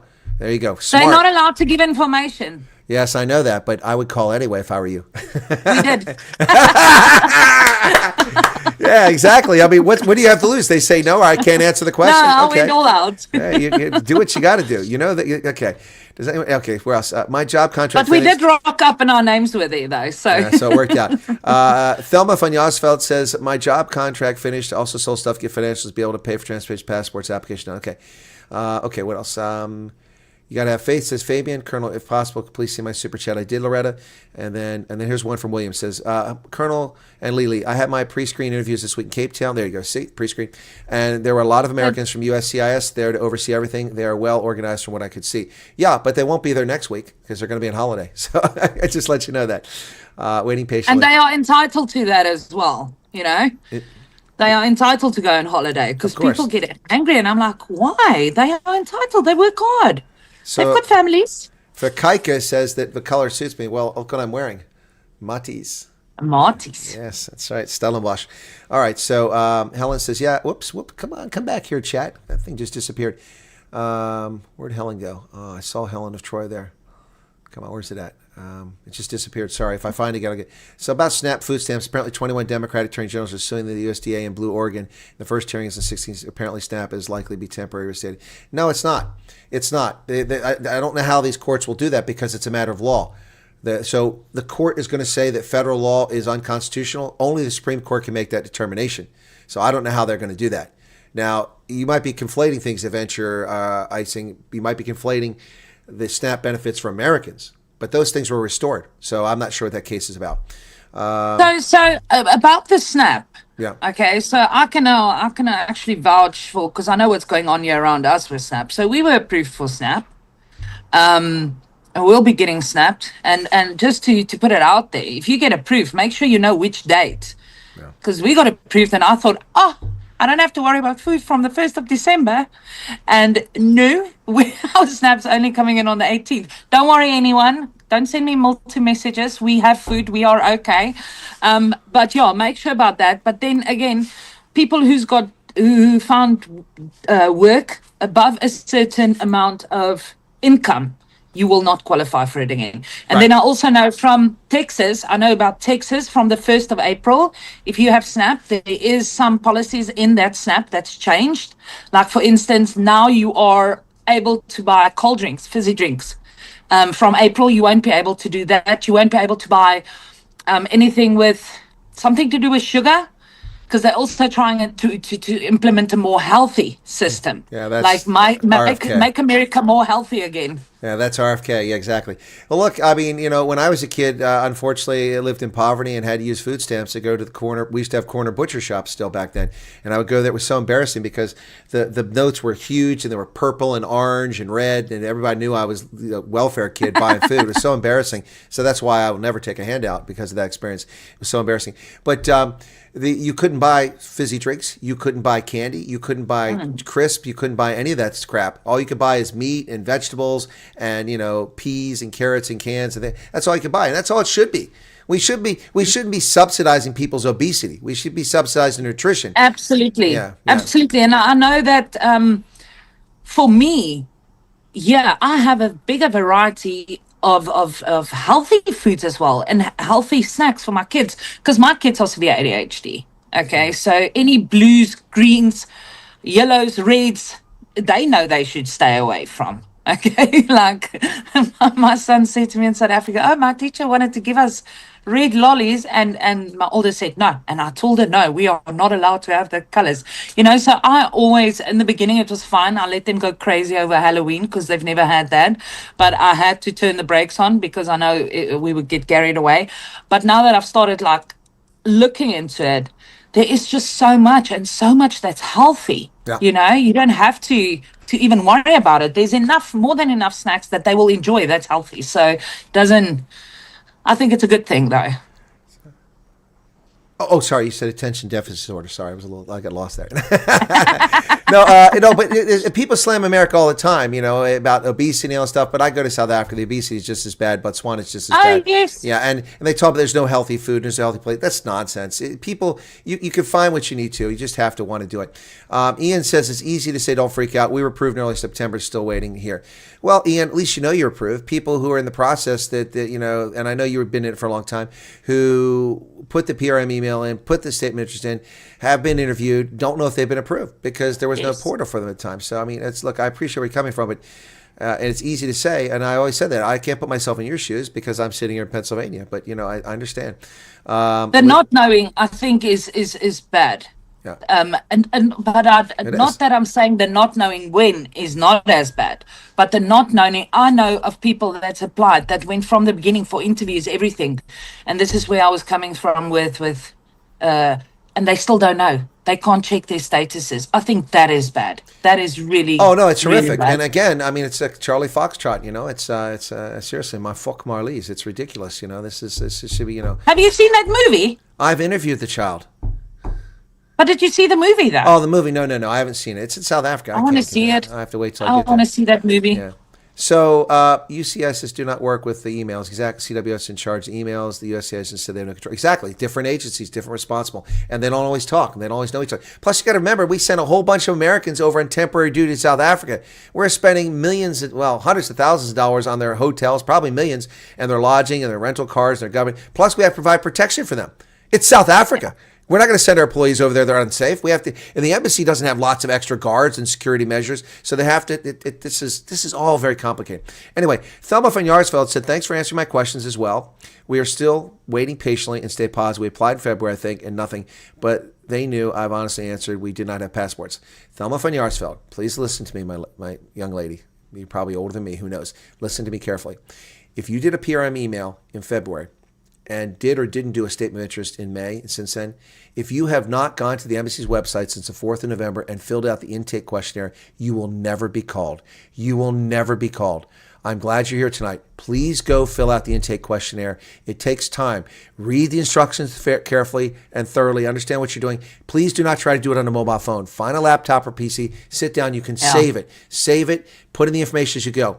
If you have not done the intake questionnaire and you have not been interviewed in person by USCIS at this stage, you are not going anywhere. It doesn't mean they've dumped it. It just means that it's at the back of the queue. When you redo the intake questionnaire, they'll see you and they'll pull up, we have this from before, and they may move you up in the queue. But if you don't do it, you're going nowhere. And the embassy website says it. It's said it since the 4th of November. I've been telling people that for 6 weeks. Please listen to what I said and go do that. TB test, 3 months. Oh, I didn't know TB test took 3 months. TB time test doesn't. I guess you've had TB. It's 8 weeks. Yeah, I guess. It's it's 8 weeks.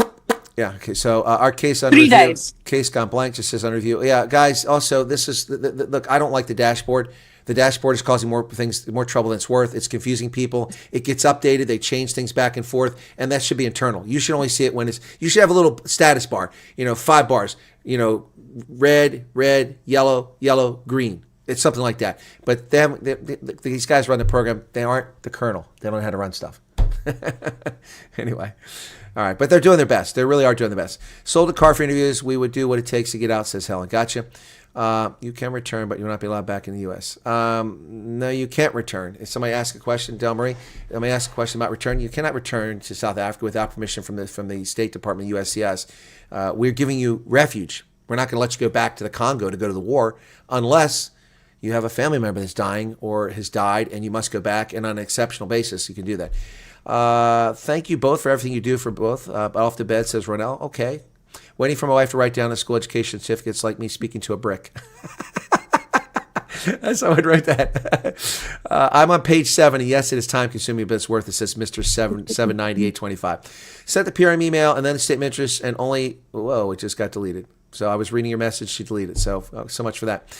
Oh, there it is. And only when you filled in the U.S. RIP form in November, I got contacted by Americanos the 20th of November. So there you go. See, That's what I just said. Yeah, people are also that contact me and I advise this exact same thing. Go back, fill in those forms, and a week later they get their call. Or not even a week later. So, yeah. So, without knowing the Cafe Clutch was not on tonight and due for character limit here, I sent my question to tonight's stream to you via email. All right, that's fine, guy. Well, yeah, my internet's all screwed up. My upload, I'm shocked that we're actually on the air because I've been fighting with this since Thursday, I think. It's been a disaster. I had to forego a couple streams because, I'm getting a gigabyte of download, but it's giving me 1 megabyte or less upload when it's supposed to be 30 or 40, which is insane. They're coming tomorrow to take a look. There's nothing wrong with my equipment. We've tested it. They claim there's nothing wrong there, but funny enough, 12 hours after I put the ticket in, they called me the next day and said, "How's your internet?" And I said, "Well, it was okay this morning." And they said, "Well, we want to check on it again." So they obviously found something wrong with their system that was affecting me. Otherwise, they wouldn't have done that. All right, so would you find it strange if there are black USCIS agents doing interviews? Why would I find that strange? I would think that would be a very weird interview. Why would it be? Okay. Not to pick on you, Mr. Lone Wolf, but I don't know where you're coming from here. You must be coming from a place you've lived in Northwest, and you're a proper Bordeaux who's never left the place, and you are out there, and you don't see black folks. That's an odd question to me. America is a society with 11% of its population is black, and we see black people every day, and why wouldn't a black person interview? That to me seems to be a presupposition that this is a program for white people. It's not. Let's disabuse people of that. This program is not for white people. It might become that in the end because they're pissing Trump off. They're pissing. Trust me, I was in D.C. They're pissing Trump off. And the hammer is going to become if they keep it up. But it might just be for white people at some point. But right now it's racial minorities. And that's part of the problem because people are falsely portraying the program. Not you, Lone Wolf, but you have a perception here. The program is for coloreds, Indians, and whites. Not just Afrikaners, but English speakers too. So it's not strange for a black person to view. Well, that's strange for an Asian person to view. Would it be strange for a Native American? Well, that would be strange because not Native Americans work for the government. But yeah, that's perfectly normal. Mad Max says TB is 8 weeks, if positive, 3 months. Yeah, that's right, because you have to have latent TB. You can't have active. If you have active, that's what I said from the beginning. You're not coming over until it's latent. Phone call received after filling the 11-page questionnaire. Can you follow up status online? Well, you got to have a case number to go online. And once you get a case number, then you can check on that. Yes. Okay. Thank you for answering. I know you'll get the email when you can't. I'll get to it as best I can. Okay. All right. So we'll probably have the refugee question session next week. And Lielie, this seems to be popular. Let me just ask, are you guys enjoying this chat? Let me do a poll real quick. Should we continue this? I think Lily's up for it. She was happy to do this. So should we continue? Should we continue the Stammtisch segment? I'm sure it's going to be overwhelming and Florida. And so we'll have to find a time, and we won't have to lock ourselves down every week. We might have to change it around. Yeah. Yeah, because she's got stuff to do. I mean, she needs to get a damn job and quit living off the dole. I'm tired of paying for herself. I can't wait. I'm really looking Yeah. forward to that. I'm asking for prayers. There's more interviews this week. So Yeah, so Double D says the lady that interviewed her wasn't white, and she was brilliant and very understanding. Exactly. A medical is only happening in Gauteng. No, Enoxia, you must have tuned in late. I clearly said about half an hour ago that there are medicals being done in Cape Town. All right, so there you go. All right. Tentra wants 7 more hours. I don't think Lielie has that much time on her phone, and I know I don't. Would recommend getting Starlink. When I went for interviews 2 weeks ago, there was one colored couple there. Program is not just for white people. That's correct. Yeah, there's colors and Indians, and there's an Indian family in Virginia. There are colors who came over in the first 59ers. There are and in colors Texas. and in Texas, yeah. And here by us, Dallas. See. By the way, you said you gather all people. How many refugees from South Africa are around you? By the way, because I have no handle on that. I've got about, in total, Dallas and Fort Worth. I actually looked last night at our group infos. I think there's about almost 10 families. 10 families. More, yeah. It might be more than 10 So families. 40 or 50 South African refugees are in the Dallas-Fort Worth area. Yes. Folks, that's insane. That's a high concentration. That's not even the amount of families in Austin. Well, yeah, and- I know and- Austin, they got a bunch too. Yep. Big. Austin and Houston. Wow. a lot more. I feel for the people in Houston. It's like living in Durban. It's miserably humid there. You shouldn't say that. My friend's watching this and she's going to Houston. She can relocate 2 weeks after she gets there. Well, her husband is grabbing onto the fishing that side. So. Well, no, that's great. There's great fishing in Houston, and it's no longer the murder capital of America. That's Chicago now, so they lost that title. Yeah, You are not helping. I'm sure I'm not. And also, it's a long ass drive from Houston to Dallas. Trust me, I had to do it because American Airlines didn't get me to Dallas until almost midnight when I was supposed to be at 3 o'clock in the afternoon, and I had to drive from Dallas at like 3 o'clock in the morning going down to Houston. I had to pull over to a rest stop and sleep. Thankfully, it's America. I could pull to a rest stop and sleep in my car for half an hour and get a nap. I wasn't going to be mugged and murdered. Can't do that in South Africa. But yeah, so that's a lot of people in Texas. Things are bigger in Texas, including And the number of more refugees. families. I think there's 3 families coming next week to Dallas. Yep, there you go. By the way, that's a question people ask. So I did a video unprompted, unrequested in late November in which I said I would expect that there won't be any or few refugee arrivals from about the 15th of December till the 5th of January because I know how the government works and I know that 75% of people go on holiday and they just don't have the people to process things on the American side that has to do this and to take you to the airport and to receive you on this end. So I've had a lot of people tell me you're full of crap. You know exactly when you're coming over because people tell you everything. You're not smart. You just get these answers from everybody. I wish I got it for you. I know for sure I'm 100% correct instead of put myself out there on a limb all the time and being attacked by these ferrayas.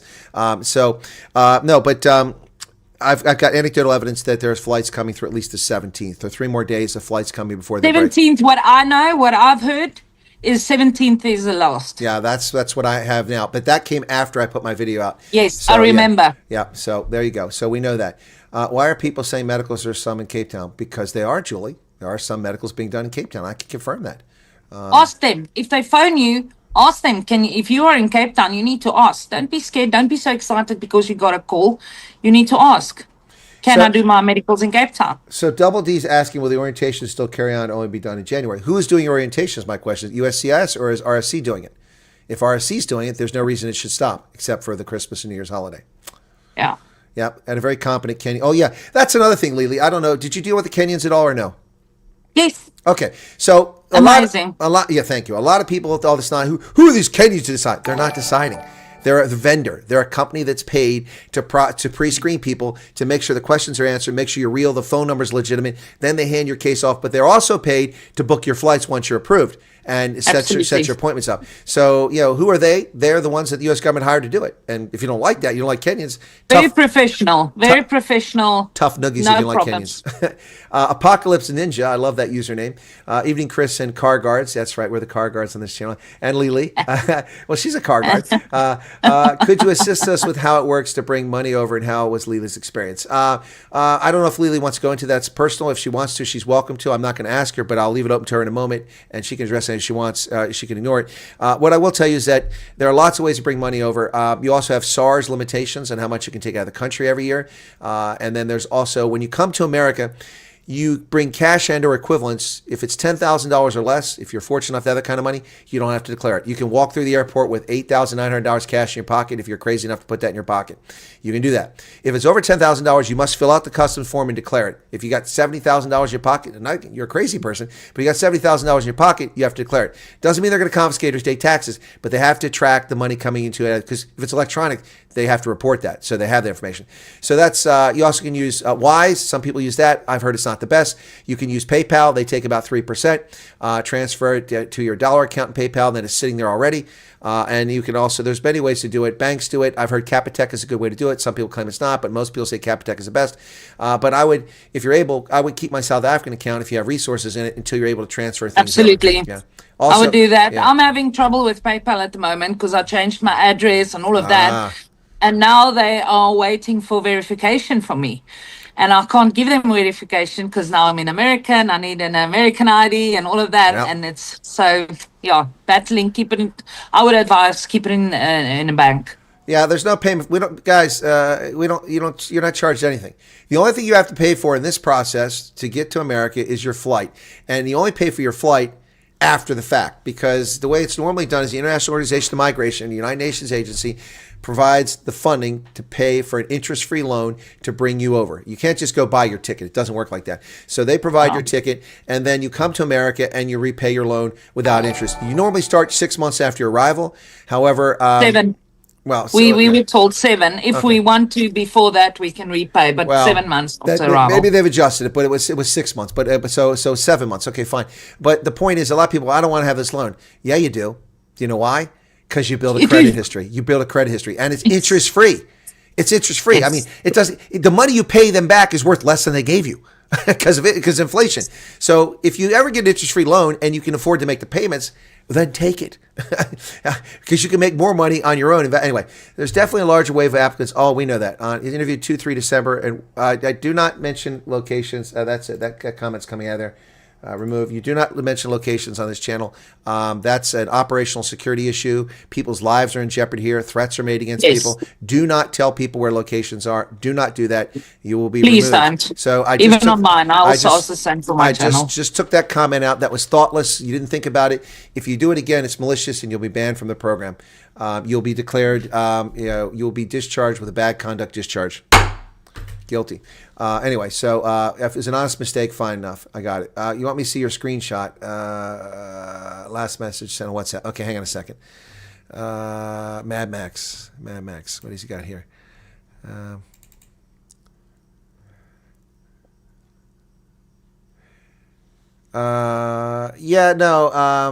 Someone says they work with government and they're watching people, and you should change your screen name. Well, we know that. That's something we've talked about many, many times. I don't know if that's true. I can't, well, just use good judgment, okay? Good use judgment, okay. Yeah, so don't let people frighten you. Stay away from Wise at all costs. There you go, wankers. They keep your money, earn interest for months. Okay, I'm not recommending Wise. I'm just saying some people said that. My advice would be to check into Capitec. That would be my advice. I've heard good things about that. Okay, I see here, Vesper says Capitec the best. They don't just cancel you online banking like ABSA with now no way to get back because you have to go to the branch. Okay. Is it correct that nobody will be flying out after 77 till 5 January? Well, that's we just see, you see here, Lielie, what I have to go through. I'm not picking on that person, but this is what I have to go through when I'm telling this for 10 months now. You know, people tune in late and they ask questions, so I'm going to ask it. I'm going to rewatch the video. But I'm going to answer the question anyway because there's probably a lot of people just came in. That was my analysis, 15 December to 5 January, the absence of information based on my experience in the government and as an intelligence analyst and as someone that's worked with the government, the State Department, Homeland Security, and the executive branch and in the military. And it turns out that my analysis, as usual, is pretty much on the mark. We know that through 17 December, people are flying. But after that, we have no confirmation. And my expectation is there'll be no flights. So there'll be no flights until after January 5th, okay? Some people said Standard Bank's okay. Some people said they charge too much. You got to do research on your own, guys. You're South Africans. I went there and tried to get a bank account, so I don't have to carry cash around in South Africa. I go to ATM and get cash all the time. But they kept getting told, no, you can't have one because you don't have a work permit. I don't need a work permit. I'm not living here. It's ridiculous. But anyway, so someone told me. The other thing I want to say about bank accounts as well, I know a lot of people are getting the FNB global account, okay, which is great. It's a really good thing to do. But remember, while you are in the bank, okay, if you are not very good with technology, while you're in the bank, activate it. You need to go onto your app and activate your card. Because people are coming over and they are not aware they need to activate their card. So they come and they tap their cards or swipe their cards and it's not working. Ask your bank, ask someone to advise or to help you just to activate it on the app. Biggie. It's a biggie because it can cause problems from this side to do it there. Absolutely. So that's a good point there. You got to make sure it's active before you leave, or you're not going to have a card. You can't fly back and activate it. So, yeah. Okay. Well, if the guy shared it 3 or 4 times, then just delete him, double D. My mods go back and find that person, just remove them from the chat. Give them an hour timeout and now delete all their messages, okay? Zandrian van Onsland said the 4th of December we were told there's only interviews done in Joburg. That's not true. You're not giving the full context. Maybe there's only interviews from maybe there's only interviews from the 4th of December. Thank you, Mohammed. Sorry. That's all right. You getting another coffee? Oh, you're getting food. Look at tacos. So maybe from the 4th of December, they're only doing interviews in Joburg because Americans are returning back on temporary duty to come to the States for the holidays. So without context, I really can't comment on it. I can tell you that it's untrue that they're only doing interviews in Johannesburg. However, that might be different, maybe they're still doing a few interviews because they have a few people on hand. So, guys, you have to have context. You can't just make statements without the full context. If you do have more than 10,000 on you and declare it, will something happen to you considering it's a refugee program? People want to take out what they can have. Loretta, it happened to you from whom? From SARS? From U.S. Customs Immigration? From criminals on the streets of America? Yeah, don't wave your cash around. I'm not sure what your question is there. Double D is not helping. What's this? Oh, I just want to get it out there. This wasn't my husband bringing me food. I have to go cook now. This was my neighbor from Afghanistan, Muhammad. Everyone on my channel knows him. When I sit outside and it's cold, they always bring me something to drink or to eat. That's awesome. Look at that. See, I've got amazing neighbors. Now before I get to these other couple of super chats here, that brings up another point. We tend to put refugees in places where refugees have been integrated successfully, and there's a community of refugees from different parts of the world. And you're going to meet refugees from the Congo, from Afghanistan, from Burma, from China, and most of them are in the exact same boat you were in. Even if they're very helpful, always willing to give advice, especially because they've been through this, So yeah, we are very blessed. We are. Someone just gave me the thing, the Capitec. It's 0 ATM fees if you use ATM in the States, and it's 140 Rand to transfer cash States. You're not going to beat that. 140 Rand. I can't beat that with Xe. I can't beat that with my banks transferring money abroad. That is incredibly cheap. That is a good deal. So Capitec, that's what we're talking about. Helen Potgita says, Helgard Potgita, sorry, Helgard. Hello, Uncle Chris. Lielie, happy you're joined again. I filled in my interest 19 November. Is it only the 11 questionnaire? It shows status submitted complete. Is that all? Well, I hope we'll get, what do you mean 11 questionnaire? I don't understand that. 11-page questionnaire? If you fill in this... I think it is 11 pages. But it wouldn't be the statement of interest. It would be the intake questionnaire. Yeah. So, they'll contact you when they get to you, Helgard. Hang in there. Okay? Interviews continue, just not on public holidays. Last flight, 70 cents. Well, Llewellyn, that's what I said. How do you know that? They contact people in Durban at 3 p.m. on Thursday, be in Joburg on Friday morning. Their air tickets double the price because short notice. Marcus, welcome to the program. I've only been talking about this for 5 months. Thank you for sharing that. We've been addressing that, but we don't control the program. So all we can do is warn people, if you're supposed to be somewhere, get your ass there. If you're told you got to be in Pretoria on Tuesday and you don't have the email, get your ass to Pretoria. Oh, that's heartless. Well, I'm sorry. Do you want to get in the program or not? I don't run the program. If I did, it'd be a lot more heartful, a lot more considerate. But, all I can do is tell you what works out for other folks. Okay, I was personally going to use crypto when coming. Oh, crypto. I can't use crypto here locally, so I don't know why you want that. People should just get a Capitec account. No need to activate jack crap. The lowest cost overseas, says Napoleon. Okay, virtual cards another way. Yep. I'm not threatening anybody. I'm trying to warn people, for goodness sake. Screenshots from these chats have showed up in meetings at work. Well, then I'll tell you what. Then I want to know who they are so I can sue them for stealing my content. Tell them. Tell them. Yeah. So guys, just warning people that they're watching. Well, if they have got time to eavesdrop on people who are fleeing the country, then they got a serious problem in South Africa with governance, because they have a whole community of criminals out there in the taxi industry, in the construction industry, destroying the lives of South Africans. They need to focus on that. But thank you for that, guy. We're learning to shuffle snow in USA. It's not as cold as a free state. I don't know where you're at, Renee. It's 18 degrees. The wind's blowing outside. That's a little chilly. Even I, when it gets below 20, will consider putting on sweats instead of wearing shorts. That's so if I'm cold, it's cold. Even my husband, and he's from South Africa. You know what they say about South Coast boys in America? What's that? They will wear shorts. It's just they'll maybe wear two pairs, shorts. yeah. Over it. But he's wearing long pants now, so it's cold.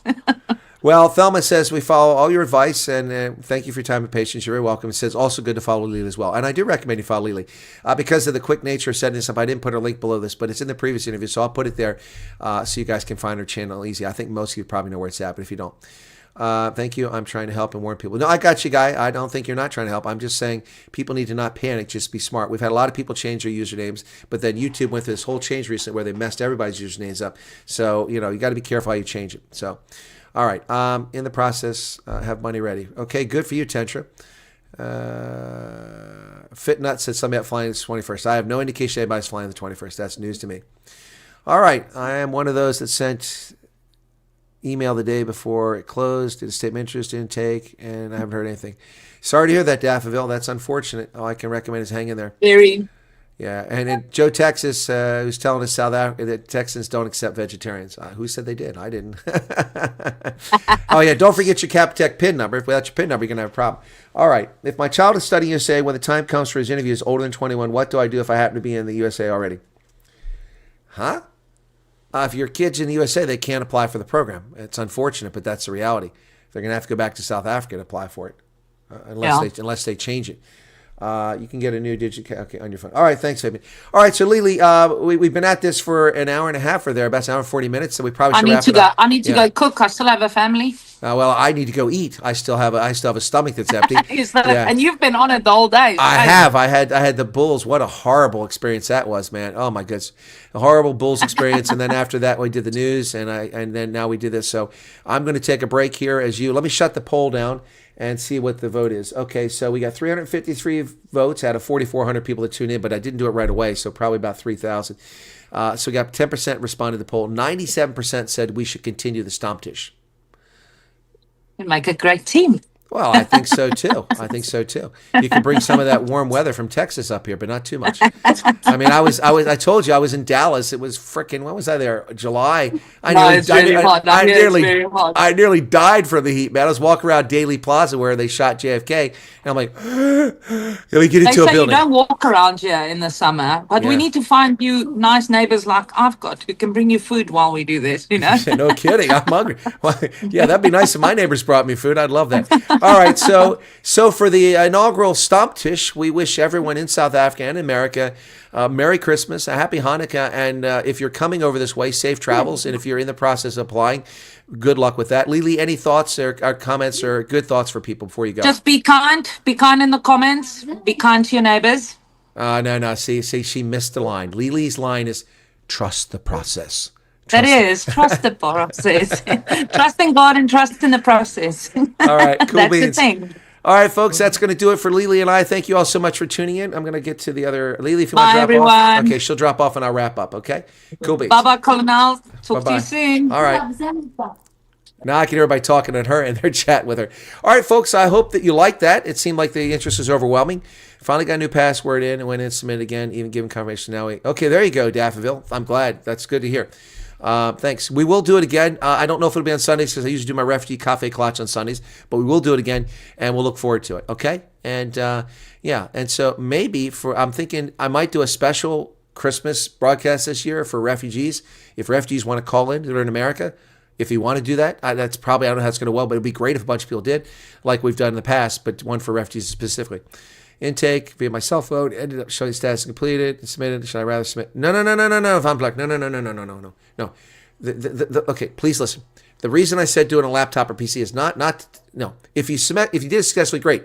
Most people have a hard time on a mobile phone putting in, they make mistakes and they screw up the thing. It's hard to do. If you've submitted and you're success, stop. You got it. That's all you got to do. I'm just saying, if you're starting, don't try to do it on a mobile phone. It's difficult. It's much easier on a mobile or on a PC or laptop. That's all. Okay? All right, guys. Thanks, Amanda. I thought it was awesome, too. All right, you guys take care. We'll see you later and have a good evening.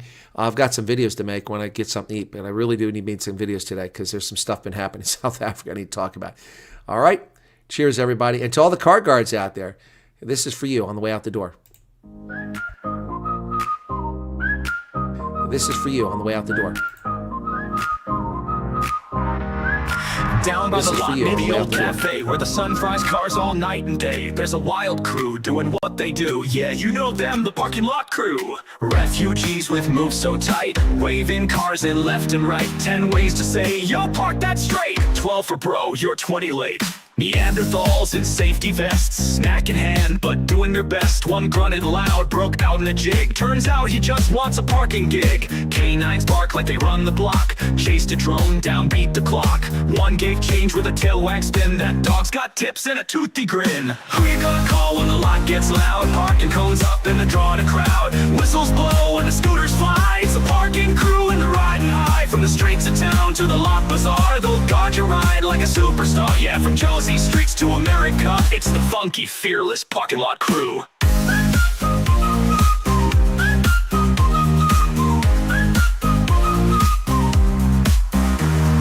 Car guard shout near the garbage bin. Who parks skill? You let them in. They blow their whistles in perfect time, like a backup band with a traffic sign. Then here comes Wyatt, the colonel boss. Duct tape boots and a look that's sauce. Rides a scooter with flashing beams. Salutes pigeons, yells at ice cream. Men, dogs, apes from a line. No dents, no scrapes, no overtime. If they park like chaos, made a plan. Find them twice and be the man. Who's got the beat in a vested hat? Parking legends funky like that. Guard your eye with soul and flair, and a hi-fi breeze in the summer air. From this line here to America, it's the wild, proud parking lot crew.